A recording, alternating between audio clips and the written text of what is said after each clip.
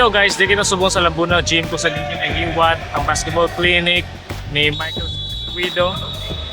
Ongoing subong ilang shooting drills kaya makita natin diri kids at different age, manako man o magamay kay interest sa basketball clinic kay ni. So let's soak some shots. Kag hindi natin pupadugayon, makadto na kita sa ilaw basketball clinic.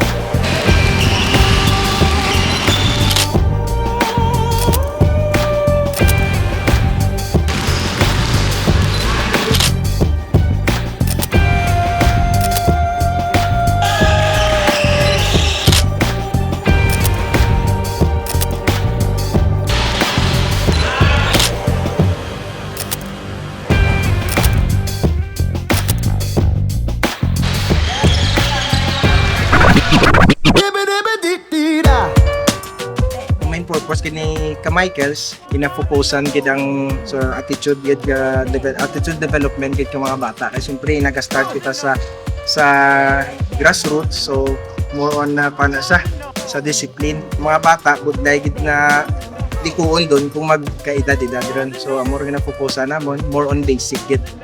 We are here just to make a platforms mga kabataan kay tawan sanda kasadyahan.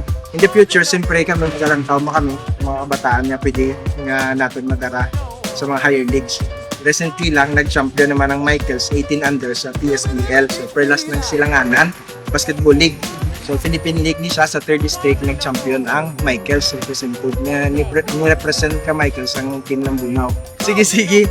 Hasta mabukuha na mo ng main goal. No? Main goal which is continuous progress. No? Hindi kita maguntat. Masantang nami pa okay pang lawas. Sige yun natin yung mga programa. Sa akong experience guys sa pag-video kag picture sa basketball clinic ni Michael Sustituido, ang isa ka word nga nag-stand out kid is passion, which is ang mo ginangan nakabutang sa jersey nila, my passion. Kapakita lang na nga ang grind kag ang drive sa mga tao when it comes sa basketball, it is true passion lang gid. Kay kung wala ka passion, siguro sa isa ka training or duha matakad ka na sa inyong training kag hindi ka na magbalik. At the same time mo man nakita ni Michael sa akon. So una gasabay-sabay mako na sila sa kung din sila magkadto nga basket, ginahanggad ko nga say kadto ka upod kasamon, video kami, picture kami. Kay nakita ni Michael sa akon, nakita man ni Samboy sa akon nga muna akon nga passion.